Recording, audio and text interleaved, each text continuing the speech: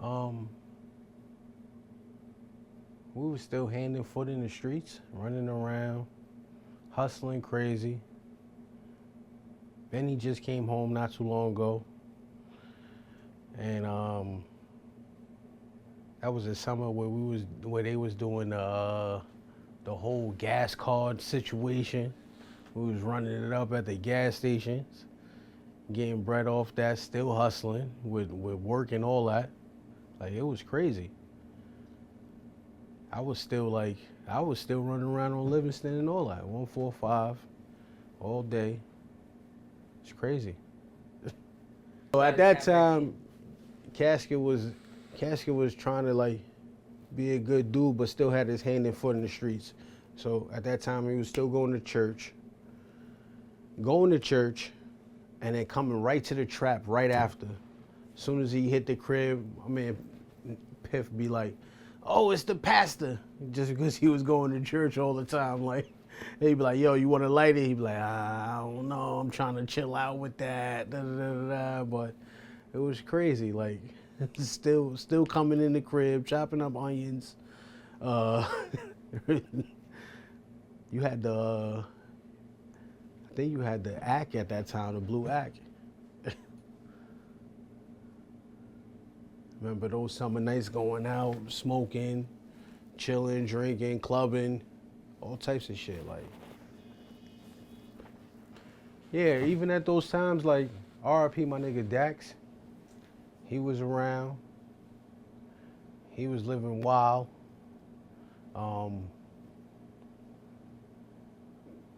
Niggas was running around with hammers all crazy. Every day, Casket calling saying, "Oh, yo, load that thing up for Piff." Like, yeah, like, it's crazy. It's bugged out. But none of us had kids back then.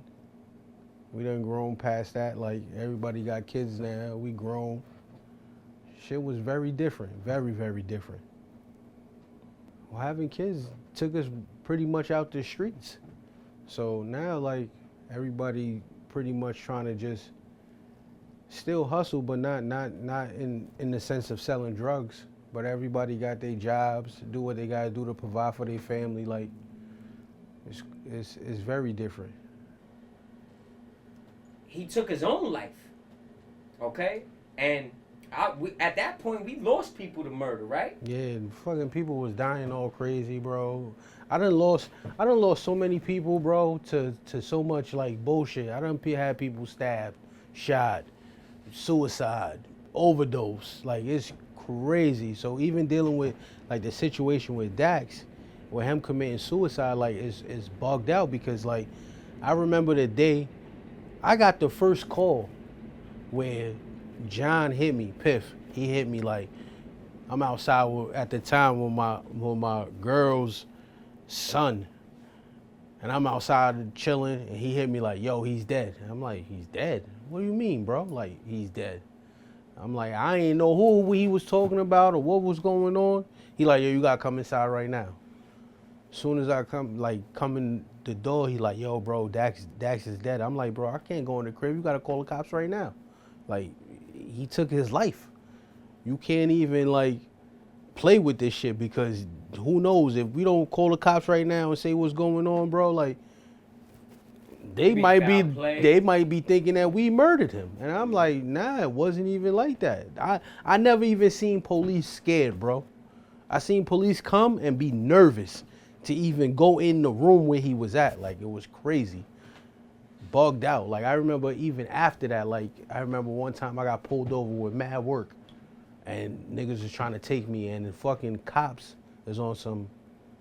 One of the cops that was there when Dax took his life was there and was like, "Nah, bro, just let him go." Like, he knew. Like, I was telling them, "Yo, I smoke, I this, I that." Like, they like, nah, you don't do that. You hustle. Da da da da. Da." I'm like, "Nah, I don't." And they telling me the other cop go to the other cop and tell him like, "Nah, that nigga man just took his life, bro. Listen to him. Like, let him go. He good." That shit was like the graces of God, bro, on some crazy shit. Bugged out. But RP Dax, my nigga, like, he was a good nigga, like. It's He was wild always because- ready to ride for everybody, anybody like that was down with the team. Like he was going hard for us, like all the time. He was not one of the niggas where you could tell him he not gonna do something because he would have did that shit, no matter what. You tell that nigga, yo, right now, yo, let's go rob a bank, my nigga, he's down. You would say, yo, we gonna go catch 3 bodies, he's with it. Remember, It's crazy because we went to Seaside one year. Niggas like, yo, Seaside is where it's at. Let's go out there. We went out there. It was around the same time like prom and all of that shit be going out there. Like, so we go out there. We moving crazy, whatever. Go out there to try to make some bread and chill, fuck with bitches, all that. So we go out there. This nigga Casket and Dax try to slide with some. Shorty's trying to line niggas. This is back then when niggas chicks wasn't even moving like that, trying to line niggas like that. These bitches was trying to line niggas. Home, Casket like, nah, we got to dip. Dax like, nah, we chilling. Casket ended up leaving him, ditching him. He ended up sliding off with my other man. Fucking Shorty tried to snatch. He had a gold Bengal bracelet, like handmade joint. Shorty tried to snatch his shit. Then he started spazzing. He wilding out or whatever. They like, all right, we be back. They end up calling niggas. Niggas came with swammies over there and all that, like on some crazy shit. They almost had to fucking like run niggas over to get up out of there on some bugged out shit. Like this is like 3 days before he even died, like took his own life. Like it's crazy. the crazy thing is, me and him argued because I wanted to breathe. Yeah, remember? you I'm like, kicked- yo, you- I peeped the line. You I'm kicked like, him. bitches is lining us, bro. Nigga, you And he kicked the didn't nigga want- out the whip after that, like Yeah, on 'cause some crazy we shit. argued- Like, yo, nigga, go ride with George, Yeah, nigga. Fuck we out of Try here. to rumble, and now nobody would let us rumble. Remember, you know what I'm Mhm. saying? So I'm like, all right, if we don't rumble, then he can't come in my car home. Y'all either gonna let us? We pulled over at a gas station. Yeah, the nigga Y'all was either dumb gonna let tight, us bro. fight, or he gotta find his own fucking way home from Jersey. Yeah, You know what I'm saying? and that shit was crazy, bro. But the crazy thing is, you know, in hindsight, 3 days later, our man takes his own life. And in hindsight, you look back and it's like he was going through so much shit that He didn't care. He didn't care if he didn't was care gonna about die or none of that not. because he knew what he had just preordained, right? Like they always tell you that nobody commits suicide You know, without contemplating that There was numerous times and finally going through. There it. was a period in time, right? Around that same time, right? There used to be a Real World, like the show The Real World. They used to have a dude on there that he was like bugged out, but he was suicidal. And this is like while that was airing, this is around the time that Dax died. So when he died, like George pointed it out to my man Pino. He pointed out to me like, yo, Joe, that Dax was the same way, bro. Like always getting drunk, wilding out, not caring about nothing. Like that shit was showing, like, but nobody was peeping none of the signs because guess what? Bro, we don't know about nobody being suicidal at that time. Like, we was young, bro. Like, we was maybe like 21, 22 years old. That's Like, what I'm saying. We lost this is people we at lost that people time. from gun violence, gun bro, violence, exactly. and stabbings, not somebody taking their own life. So it was bugged out to us. Like, that was different. Like even to this day, I still feel like, damn, yo, he gone. Like that shit still feel like yesterday. But R.I.P. Dax. Bro, I used to feel like I was never gonna make it past like 25, bro. Yeah. I used to feel like that. Like That's what I mean. I Like, didn't- you really felt like today. I look back and I'll be like, yo, there's no fucking way. How did I feel like that? Because now my life. I'm not saying I live the best life in the world, but yo, But we're that shit- blessed, bro. We got facts, we got bro. families. We got kids. We you know, living. provide for ours. We doing all right. But at that time, That I shit always was felt wicked, like, what bro. The fuck would, yo, tomorrow. Like tomorrow's not promised is the same, but I felt Tell like, that yeah, bro, back that shit then. was different. Today, present day, I don't feel like that. Today, present day, I know reality is tomorrow isn't promised. I don't know what's gonna happen when I leave here, Yeah. but I don't feel like my life is gonna end. Yeah. At that point in time, I felt like any day my life can Yeah. end, and that's not a That's an eerie feeling, but not only is that eerie feeling, that's not a normal feeling. Dog, That you people know should be what's so feeling you every know day. what's so Like, crazy? At the time when I first met my shorty, I used to tell her like, you know how many like I remember one she said, oh well, I had like a friend die in a car accident, and I'm like I thought death was like normal, bro, and I'm like, okay, like all right, tomorrow's another day, like keep going, like, but that shit is not normal. Like as much people have I known that died, bro, that shit is different, like different. You be like, damn. You start naming names and, bro, from every different situation, shit is crazy. It's bugged out. I feel like everybody working now too. Like, yeah, people had jobs before, but we wasn't working like that. Like, we would work a little bit, quit a job, not care about that shit. Like, because we was living the street life. That shit was different. Like, you wasn't worrying about.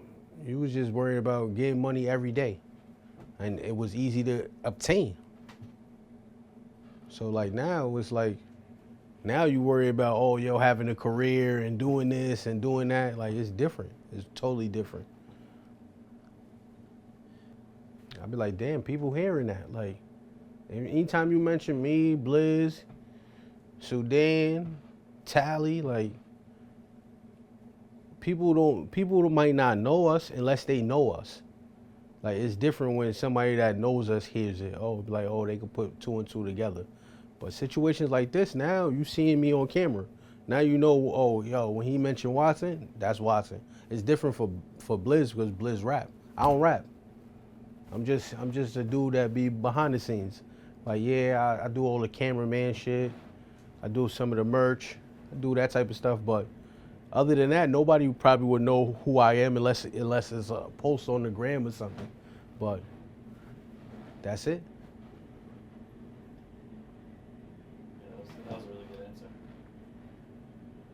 answer. Now you got the story behind that. exactly. Right. So Yeah. now you understand why Pastor Paper is Pastor Paper. Because back then, Casket running around doing all this other shit. And guess what? He going to church at the same time. And then that's my man Nick's being jokingly with him every day, like, oh, the pastor's here, just because he going to church. So now, guess what? He do some shit where it's like, all right, I'm gonna take that and now I'm gonna be Pastor Paper. Like, that's gonna be one of my aliases. Casket D / Pastor Paper. And look what y'all got now. Y'all got a whole series from it. Like crazy. But oh, he talking that shit on everything. So that's just what it is. Like Casket been nice forever. Like that's what it is. Like the Joe on the Bluff shit is crazy. What's the what's the shit you got for your mom? That's dumb fire. Part one, stupid. Like y'all don't even know what y'all in store for right now. This shit about to get crazy. Oh, he had for the Joe and the Bluff shit, he had 2 tracks, like not 2 tracks, but a track with 2 different beats. So he bought it to me and was like, yo, listen, I'm thinking about changing this. And he played the first shit and I'm like, yo, bro, this shit fire. Then he played the shit that he wanted to lay it to, and I'm like, scratch that whole other shit. Like, throw that shit out the window. It's over. Like, the new shit that you got, bro, it is what it is. Like, that shit's super fire. No, because I know him forever. Like, we done been around each other for a long time. Like, I known him since I was damn near like 9, 10 years old. So, like, we done lived similar lives. Like, Beautiful Struggle is you not seeing nothing until it hits hindsight, and then you realize like, damn, I that was a struggle that I was going through, but that shit was beautiful, bro. If I didn't capitalize on opportunities or the situations at the time, like it would be totally different. So you live in the beautiful struggle. Like some people might think like, oh well, that's not how you should be living, but yo, that's how we was living. It's different. And then you got the dangerous freedom is like, yo, I broke free from all of that. I got to escape all the bullshit. I don't know. I guess you could talk about any time, but this is a time where there was a lot going on. Like I said, that time was we was running amok in the streets. Dax just died. We had other homies that just died. We was not too old, but not too young neither. So it was a real like turning point in life because, like I said before, nobody had kids, and we was just living. Like we didn't really give a fuck about too much shit at the time. Like we only gave a fuck about each other. That's it. Like it was us or nothing. Well, he don't write. Like he don't physically write. I've been around since the times where he used to write on paper and then just eliminated that. I remember there was a time where it was around the time like where he got stabbed before. Like when he got stabbed up. He almost lost his life. And he said for a while he couldn't even write. He wouldn't be able to write nothing. I remember his cousin Pete came and bought him a book so he could write in. He ain't write. He just started like drawing shit and all of that. And then he just figured out how to not write on paper anymore. So that's like, it's so crazy to the point where like, I remember where everybody used to say like, oh, Jay-Z don't write, Jay-Z don't write. I used to be like, yo, my man don't do that shit. So what y'all talking about? Like, that's not, okay, that's impressive, but not impressive. Like there's other people that do that. And it's so crazy because it was a time where there was a couple other dudes that rap, but they don't really rap as much anymore. Like my man Pax, my man Rick, Blizz still rap. But he started showing them like, yo, bro, you don't got it. You don't need paper, bro.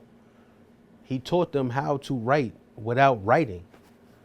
That's why, like I said, people used to be like, oh, Jay-Z do that. I'd be like, yo, all the niggas I know do that shit. Get that shit out of here. Like, that ain't nothing special.